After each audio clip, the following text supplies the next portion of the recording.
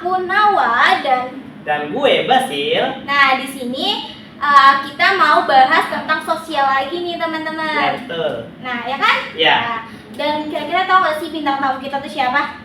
Nah, bintang tamu seorang mahasiswa yang berasal dari prodi psikologi. Nah, dan di sini ada Bang Eri. Halo semua. Nah, halo Bang Eri. Halo Nawa, halo Basil.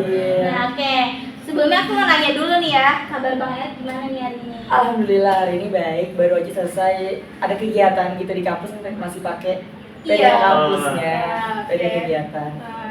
Nah, teman-teman, Bang Erik ini merupakan mahasiswa dari prodi psikologi angkatan 2020 dan beliau ini anak UNJ juga teman-teman. Nah, lalu disinfo sedikit lagi nih ya, Bang Erik ini tergabung di dalam suatu organisasi sosial gitu, sesuai dengan podcast kita yang membincangkan tentang sosial. Nah, Bang Erik ini sedang tergabung di dalam organisasi yang bersangkutan dengan anak TK dan juga seputar remaja juga beliau juga pernah mengikutinya. Betul begitu Bang Erik? Betul sekali Nawa. Nah, mungkin langsung aja kali ya. Aku mau nanya sedikit nih Bang. Boleh. Kan Bang Erik tadi kan tentang pecinta anak ya kalau nggak salah. Betul. Nah, pecinta anak nih teman-teman di namanya itu KSPA. Betul. Nah, KSPA itu kan membahas tentang anak-anak dan sesuai banget nih teman-teman dengan isu yang mau kita bahas hari ini. Isu yang akan kita bahas kali ini yaitu isu yang saat ini sedang ramai-ramainya ya, sedang marak-maraknya yang terjadi di dunia nyata dan pun tersebar di media sosial, yaitu pembulian. Nah, kan karena Bang Erik ini merupakan psikologi, kami rasa ini Relate lah ya. yang relate dengan untuk membahas tentang Isu-isu.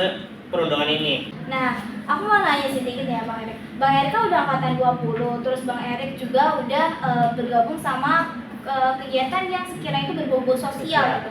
Ada nggak sih kayak sebuah kegiatan ataupun apapun itu yang berkaitan sosial yang pernah Bang Erik ikuti gitu? Ataupun pengalaman yang Bang Erik pernah beruntung itu selama 3 tahun terakhir atau 4 tahun terakhir?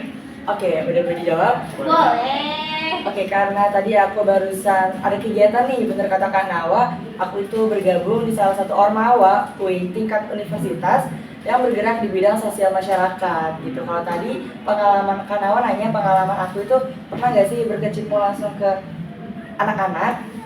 Aku akan langsung jawab pernah. Kenapa pernah? Karena jujur aku sendiri itu sering banget yang namanya ngajar, tapi bukan anak-anak biasa teman-teman, anak-anak usia 4-6 tahun yang mana kelompok tersebut itu masuk ke kategori anak-anak prasejahtera. Seperti misal mereka mungkin yang kurang mampu atau tidak mendapatkan pendidikan secara layak. Misal kalau kita lihat kan di Jakarta masih banyak sekali ya, salah satunya kayak anak-anak di pinggir rel itu masih banyak banget mereka yang kurang mendapatkan perhatian. Ya, butuh pendidikan juga ya. Betul sekali. Nah, teman-teman, tadi Bang Erik udah bahas tentang ternyata tuh Bang Erik tuh bukan mengajar anak TK yang sekolahnya tuh dari rakyat biasa gitu. Maksudnya ya, yang bisa mampu membiayai yang gitu ya. mampu membayar sekolah karena ekonomi yang Aman gitu. Tapi Bang Erik ini tuh mengajar ataupun membimbing anak-anak yang sekiranya dari kalangan bawah gitu, yang kurang terurus lah ya kalau misalkan bahasa kasarnya. Ya. Bang, tadi Abang sempat bilang itu anak-anaknya usia 4-5 tentu ya. Iya. Itu kira-kira ada nggak sih yang maaf nih yang masih berkebutuhan khusus gitu kayak SLB gitu? Oke, kalau untuk aku sendiri gitu ya, untuk menangani anak SLB selama aku mengajar di masyarakat itu belum ada. Tapi seperti yang kita tahu kan, anak-anak 4-6 tahun itu masuk kategori dalam psikologi perkembangan ya, itu masuk kategori usia anak prasekolah yang mana itu amat sangat sulit diatur dan sering sekali tantrum gitu kan. Nah, tadi kan bahas tentang tantrum kan pasti ya rewel gitu kan. Maksudnya nakal juga nggak sih Bang kayak gitu kalau tantrum? Oke, kalau menurut aku ya tantrum itu termasuk nakal apa enggak? Sebenarnya kayak anak-anak itu tantrum atau rewel itu sebenarnya karena mungkin dia mau minta sesuatu gitu kan. Kayak misal pengalaman aku mengajar, kayak misal dia mau pipis tapi ditahan-tahan dulu karena mungkin ada tugas yang belum selesai. Nah, nanti dia tiba-tiba tantrum atau lagi belajar tiba-tiba ada tukang es krim lewat gitu. Terus ya itu tadi dia mau minta jajan tapi ternyata belum bisa karena masih dalam kegiatan mengajar. Jadi menurut aku itu tantrum bukan suatu kenakalan karena mereka sendiri itu belum bisa mengendalikan emosinya. Oke Bang, makasih Bang ya udah ngasih info Abang terkait pengalaman Abang yang sudah mengajar nih di beberapa tahun terakhir tuh kepada anak yang usia rentang waktu 4 sampai 6 tahun. Tiap tahun itu pasti ada saja kegiatan perundungan tuh Bang ya. Betul. Nah, Mungkin maaf bukan kegiatan ya, maksudnya kayak tindakan ya. Tindakan ya. Tindakan perundungan. Gue mau ngebahas dari tingkat bawah dulu Bang. Nah, kayak anak TK ataupun SD. Tentu kan kita kan yang zaman lahir 2000-an kan pasti kan ini ya, ada tuh momen dimana kita itu nama orang tua itu dipanggil. Nah menurut Abang itu ketika teman memanggil nama orang tua kita ataupun kita sebaliknya memanggil nama orang tua teman itu termasuk tindakan perundungan nggak sih? Oke, kalau kita lihat gitu ya kan, tergantung sebenarnya kategori mereka itu yang ngata-ngatain orang tua itu masuk ke kategori mana gitu. Kalau misal aku manggil teman aku tapi pakai sebutan nama bapaknya gitu. Kalau emang dalam kondisi emosi yang biasa saja gitu, mungkin itu cuma bercandaan gitu ya kan. Tapi kita harus lihat dulu bercandanya tersebut itu ditujukan untuk apa. Kita manggil nama si A tapi pakai nama orang tuanya, itu tujuannya pasti tujuan untuk mempermalukan diri si A, betul kan? Nah, kalau tujuan untuk mempermalukan diri si A itu juga udah termasuk ke dalam kategori pembulian, yaitu verbal. Oke Bang, lalu mengapa yang misalkan anak yang lakukan ini kok melampiaskan amarahnya itu kepada teman itu nggak lapor ke orang tuanya dulu? Mak, Pak, sama Papa dipanggilnya sama teman saya. Dikata-katain Iya. ya. Mungkin karena masih anak-anak gitu ya, kayak misal temen aku ngatain aku tapi pakai nama orang tua gitu ya. Terus juga misal dari diri kita itu kayak masih nggak berani, namanya juga anak-anak gitu kan, kayak misal ngadu ke orang tua juga takut gitu kan sebenarnya gitu, karena mungkin anak-anak sendiri itu belum punya keberanian untuk berbicara langsung kepada orang tuanya gitu, untuk saling terbuka. Penyebutan nama orang tua itu waktu gue masih mengenang gitu kejadian tersebut.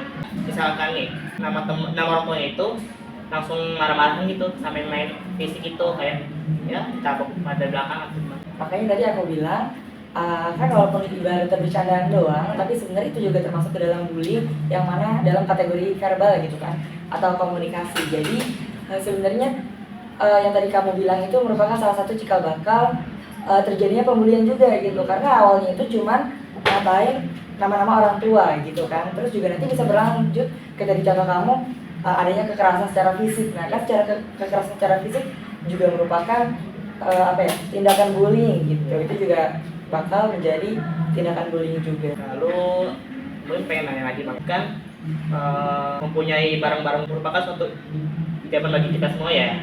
Tentu saja anak-anak sekolah yang usia SD atau TK itu kan membeli barang-barang tuh bahagianya bukan main ya. Nah contohnya kayak sepatu baru gitu Bang ya. Pastinya misalkan ada teman yang notice, wah ini kok berbeda nih daripada yang sebelumnya, mungkin pertama kali nih lihat sepatu kayak gini.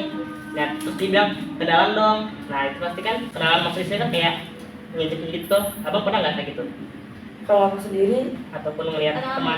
kalau yang bisa aku sepatu baru terus diinjek-injek sama teman ya. Alhamdulillah kenalan gitu. Aku nggak pernah, tapi mungkin di sekitar aku pernah gitu teman-teman gitu yang punya sepatu baru terus langsung diinjek gitu kan. Iya.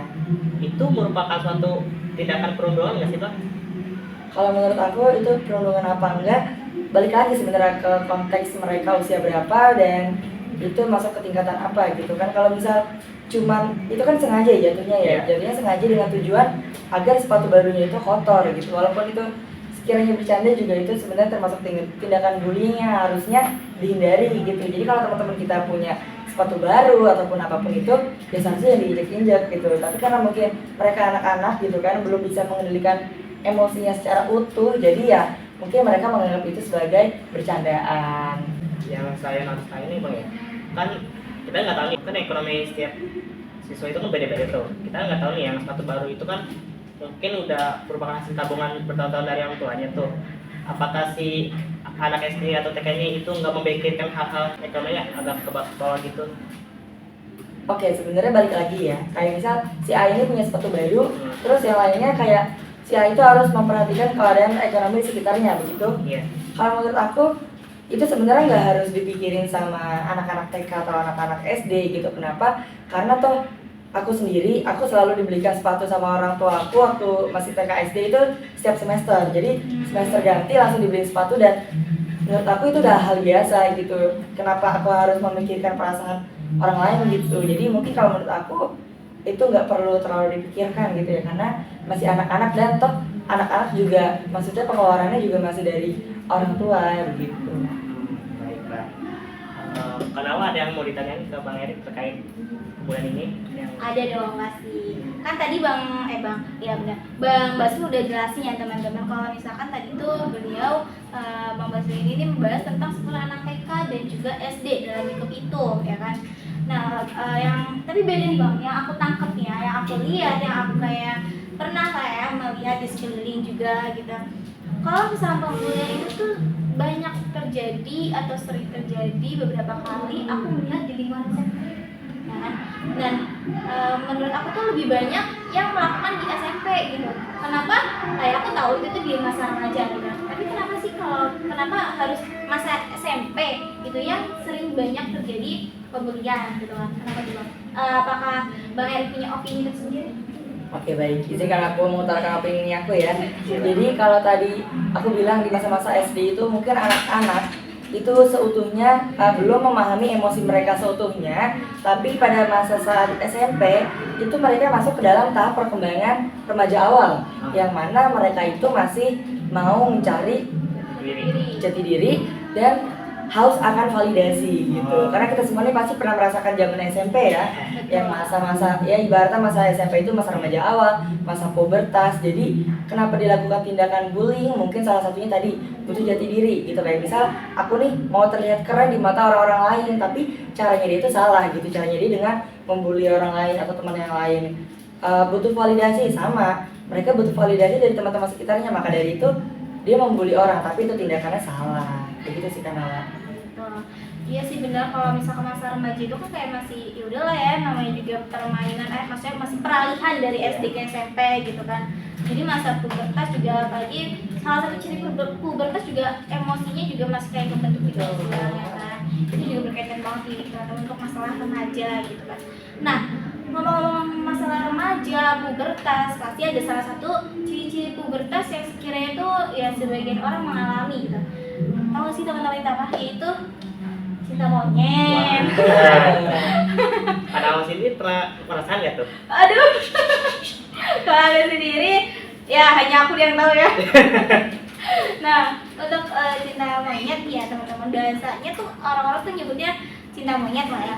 Itu tuh yang pernah terjadi ataupun yang belakangan kemarin tuh beritanya sempat viral tentang siswa SMP yang membuli temannya karena cinta segitiga. Waduh. Nah, cinta segitiga ini tuh yang kata mungkin Mbak Erik atau Mbak Basri tahu ya, yang kata si anak cowok itu sampai didorong ke tanah gitu, ke lapangan gitu. Udah tahu video itu kan ya? Tahu karena viral banget ya teman-teman, jadi nggak mungkin kalau misalnya nggak tahu. Nah, kira-kira nih ya Bang, kalau misalkan masa-masa percintaan gitu kan, kenapa tuh yang sekiranya di masa remaja itu banyak sekali terjadi gitu? Kenapa? Karena percintaan dia malah jadi pembulian. Menurut Mbak Erik sendiri kayak gimana sih? Oke, kalau aku udah sempet sekilas melihat video yang tentang pembulian itu ya, tentang anak SMP di salah satu sekolah di Jawa Barat gitu kan. Aku ulik kasusnya gitu, ternyata yang ngebully atau pelaku itu suka sama si A nih. A itu perempuan gitu, tapi A itu juga suka sama si korban. Korban dari korbannya. Iya, jadi kalau kata Kak Nawa tadi bilang SMP itu masa-masa cinta monyet, itu sebenarnya juga betul Kak, kan cinta monyet. Karena kan tadi udah dibilang juga sama Kak Nawa, karena emosi anak-anak remaja itu belum stabil karena beberapa faktor. Salah satunya adalah pubertas, yang mana si pelaku ini nggak suka gitu ceweknya atau orang yang dia suka sama cowok lain gitu. Maka dari itu si cowok lain yang korban ini akhirnya dibully gitu kan. Dan dibulinya itu gak cuma mereka berdua aja gitu, tapi segerombolan ya. Betul, si pelaku itu membawa circle-nya gitu. Nah, tadi nih kata terakhir dari Bang Erik, circle. Circle nih tentu udah banyak banget ya, kayak ini circle aku, ini circle dia gitu. Kalau misalnya satu orang punya masalah sama circle sebelah, nanti semuanya ikut-ikutan gitu kan. Kayak satu tim gitu ya. Iya, satu tim, padahal lagi kerja kelompok ya. Iya. Jadi dia banyak circle-circle. personal, malah. Tapi malah bawa kelompok gitu. Nah, menurut Bang Eri sendiri nih ya Bang, kalau misalkan circle itu kan emang penting ya. Ya. Tapi kenapa sih kalau misalnya circle itu tuh salah satu penyebab terjadinya pembulian juga? Oke, kenapa circle menjadi salah satu penyebab terjadinya pembulian? Iya. Tadi di awal banget aku sempat singgung bahwa masa-masa remaja itu adalah masa-masa yang untuk menemukan jati diri dan haus akan validasi gitu. Mungkin kita ini bersirkel itu tuh untuk membuktikan bahwa diri kita itu keren gitu. Jadi kenapa aku bilang jati diri? Sebenarnya tuh balik lagi kepada circle-nya masing-masing. Kalau circle kita itu adalah circle yang sehat, yang mana orang-orang di sekeliling kita adalah orang-orang yang baik gitu, tidak menyerukan untuk melakukan tindakan kejahatan gitu, maka kita akan berada di lingkungan yang baik. Tapi balik lagi tadi, kalau circle kita saja sudah buruk gitu, yang mana teman-teman kita sudah membawa kita ke jalan yang tidak benar, maka itu akan membawa dampak buruk bagi circle tersebut. Iya, betul. Jadi ya yang namanya juga pertemanan pasti ada yang baik, ada yang buruk. Ada yang tadinya baik jadi buruk, yang tadinya buruk jadi baik. Itu namanya manusia ya, bisa Iya. berubah-ubah. Iya, betul. Nah, kalau misalnya pertemanan itu kan ada yang langgeng, ada yang enggak, seperti hubungan. Iya. Aduh enggak. Nah, Ternyata begitu sih. iya. Nggak selalu mulus. Iya, betul. Nah, kalau misalkan pertemanan itu kan ya ada yang kayak seperti dia tuh punya hubungan baik lalu sampai menjalin ke masa SMA nih, ya kan? Terus ada juga yang kayak dia hubungannya udah buruk banget sama yang temannya, akhirnya dia memutuskan untuk tidak berteman lagi.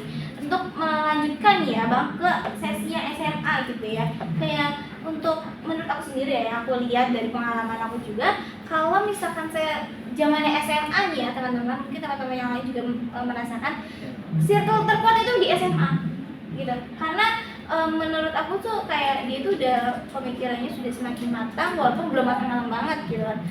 Jadi karena apalagi kalau misalnya kita ada masalah gitu ya di circle SMA itu juga bakalan tambah parah juga gitu. Jadi misalnya kita ada circle nih ya teman-teman, terus di circle itu tuh misalnya aku sama Bang Basu tuh selekan nih ya kan, terus yang ada Bang Basu malah ngebully aku nih ceritanya, itu tuh pasti bakalan lebih parah ya kan kalau misalnya di masa SMA.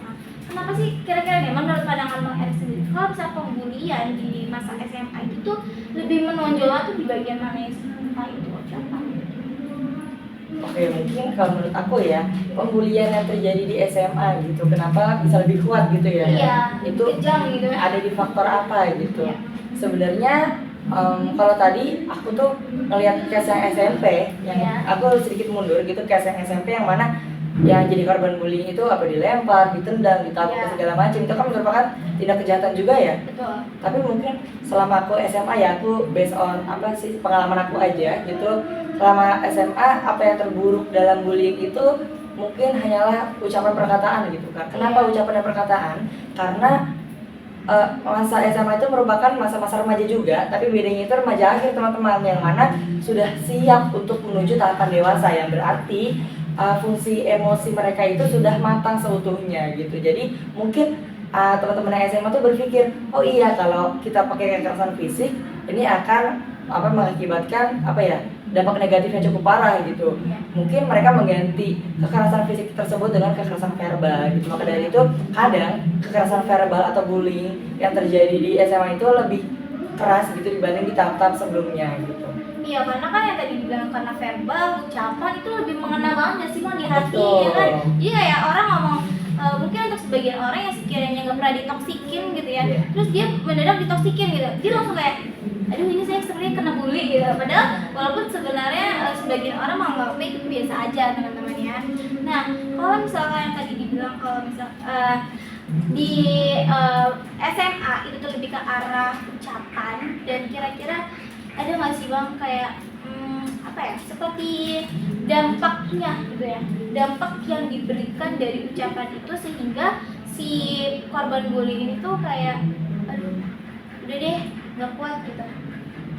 Kalau dampak gitu ya, kalau aku bilang dampak dari bullying di kalangan SMA. Mungkin yang pertama yang paling terlihat sendiri adalah mereka itu korban-korban bullying itu biasanya menyendiri. Iya. Betul, menyendiri karena mereka itu kayak aku udah jadi korban gitu, merasa dirinya itu udah korban, lalu merasa dirinya itu tidak punya siapa-siapa gitu. Lalu jika teman-teman SMA yang mungkin dulu pernah menjadi korban bullying, dampak dari yang paling besar ya menurut aku itu adalah stres atau depresi gitu kan. Nah mungkin yang masalah stres dan depresi itu jadinya sesuatu juga maksud. Apa tuh? Ingat gak sih kemarin ada apa? Yang lagi heboh banget loh selain pembulian kalangan mahasiswa. Apa tuh?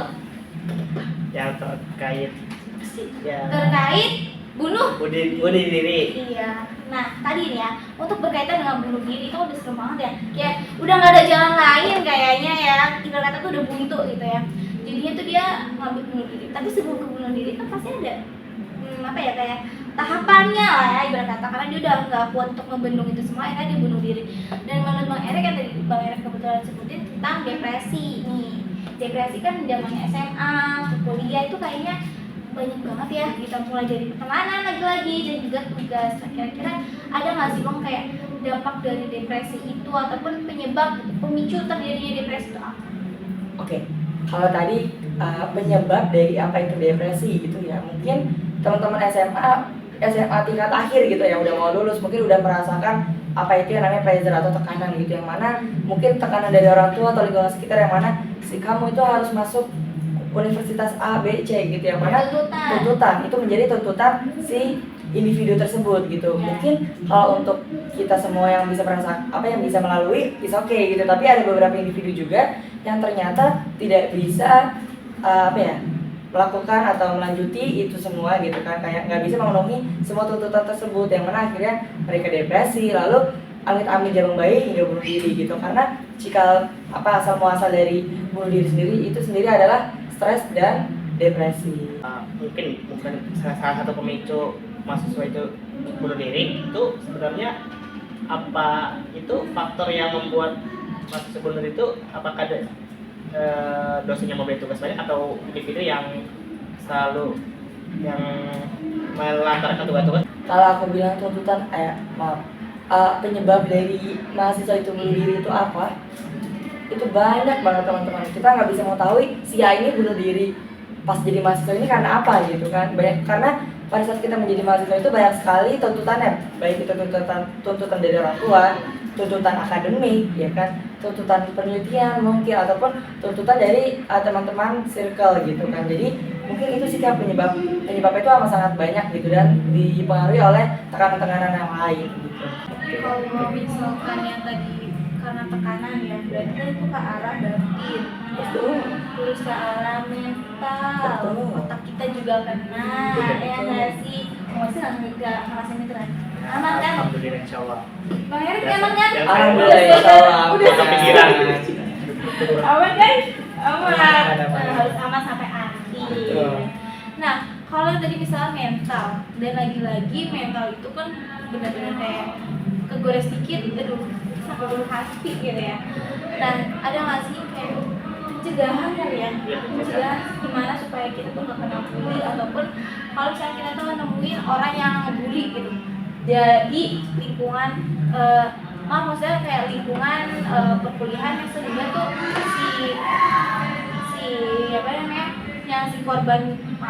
si korban ini jadi nggak ada niatan untuk bunuh diri gitu. Mungkin kita lebih ke arah sedikit kegeser ke pembulian, karena beberapa masih ada lah ya yang terkait dengan pembulian juga, tapi di kalangan mahasiswa. Oke, baik. Kalau aku tanya tadi apa upaya pencegahan gitu ya, jika kita melihat di teman sekitar atau lingkungan sekitar kita itu ada kegiatan membuli gitu ya.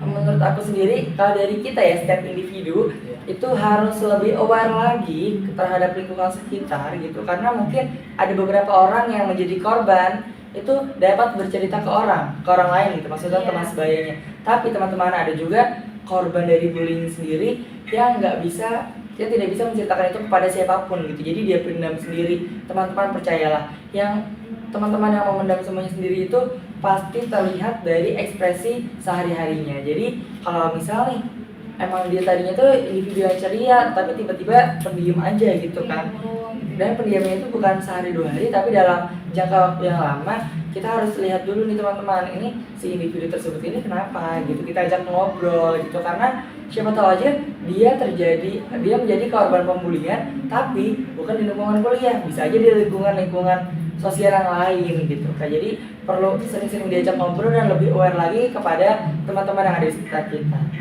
Tindakan pembulian ini kan mungkin kan dapat berefek jangka panjang tuh Bang ya. Jika individu tersebut mendapatkan rasa tindakan perundungan itu, apakah dia bakal terus menerus gitu? Paham nggak Pak? Oke, paham. Sebenarnya balik lagi teman-teman, ya aku tadi bilang di awal kan, korban pembulian itu ada yang bisa langsung melapor gitu, kayak misal Dia berani speak up ya? betul, berani speak up ke orang tuanya terlebih dahulu yang ada di lingkungan keluarga. Pak, aku tadi barusan di sekolah itu dibully gitu, lalu orang tuanya lah yang bertindak gitu. Tapi teman-teman, ada juga individu-individu yang menjadi korban bullying itu nggak bisa menceritakan apapun itu, menceritakan tindakan pembulian itu kepada siapapun gitu, karena mungkin tuntutan dari pelaku sendiri, kayak pelaku bilang, kamu jangan bilang ke siapa-siapa gitu ya, nanti kalau bilang ke siapa-siapa atau ada orang yang tahu, bakal aku lebih parah lagi gitu bullyingnya gitu. Itu mungkin jadi salah satu faktor kenapa semua orang itu tidak bisa mengemukakan apa ya? Betul, ekspresi atau emosi tentang bullying sendiri menjadi korban. Baik teman-teman, tadi kan kita udah ngebahas juga tentang pembulian dan juga Bunuh diri ya di tingkat SD, SMP, SMA, sampai mahasiswa. Nah, karena kita udah di akhir podcast kali ya, podcast ini mungkin boleh kali ya kita minta closing statement dari Bang Eri dulu. Ada nggak terkait kan gitu yang pembahasan kita tadi? pembulian? Oke, kalau tadi kita udah banyak bincang-bincang terkait pembulian dan bunuh diri gitu kan di lingkungan sekitar kita, ternyata masih banyak banget teman-teman. Jadi aku mau minta kepada teman-teman yang nonton ini gitu untuk lebih aware lagi kepada lingkungan sekitar, karena mungkin kita nggak tahu gitu kan apa yang dirasakan teman kita, sehingga ya itu tadi kita harus lebih aware lagi kepada lingkungan sekitar sih Kak. Oke, karena masih Bang ya udah ngasih closing statement, mungkin kesimpulan gue khususnya terkait pembulian,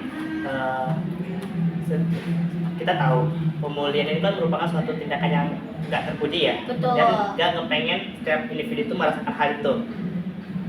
Bagi teman-teman yang merasakan tindakan perundungan tersebut, ya gue harap sih kalian harus lebih terbuka dan memberanikan diri untuk melawan namanya kejahatan ini, karena kejahatan jika dibiarin terus-menerus dan terjadi di mana-mana akan sangat sulit untuk kita itu untuk membasminya ataupun setidaknya itu mengurangi atas korban itu. Nah, tadi udah dari closing statement dari Bang Erik, terus ada kesimpulan dari pembulian dari Bang Ibas juga nih. Nah, selanjutnya tuh ada kesimpulan dari yang tadi udah dijelasin sama Bang Erik tentang bunuh diri. Yang tadi pemicu utama bunuh diri kan paling banyak tuh terjadi di kalangan mahasiswa ya teman-teman. Karena menurut mungkin bisa dilihat sendiri oleh teman-teman sekalian kalian, kalau misalkan tugas mahasiswa itu lebih banyak gitu, lebih beratnya yang menghasilkan depresi gitu. Nah, sama seperti tadi pembulian gitu, kalau misalkan kalian butuh teman cerita ataupun butuh punya masalah gitu, lebih baik kalian berani speak up aja, walaupun hanya kepada orang tua. Jadi berbuka diri aja gitu ya sama orang tua ataupun keluarga sekitar dulu. Nah, mungkin segitu dulu kali ya teman-teman sesi podcast kita kali ini. Makasih banget untuk Bang Eri udah mau jadi narasumber kami, terus udah mau menyempatkan diri juga datang ke podcast kami. Selain kesibukan abang ya. Iya betul. Padat lah. Apalagi akhir ini Bang ya, semester akhir gitu ya. Semoga Bang Erik sukses selalu. Dan lulus kata waktu. Amin. Nah, mungkin segitu dulu. Sampai jumpa di PBSI selanjutnya. Podcast Bincang Sosial Indonesia. Dadah.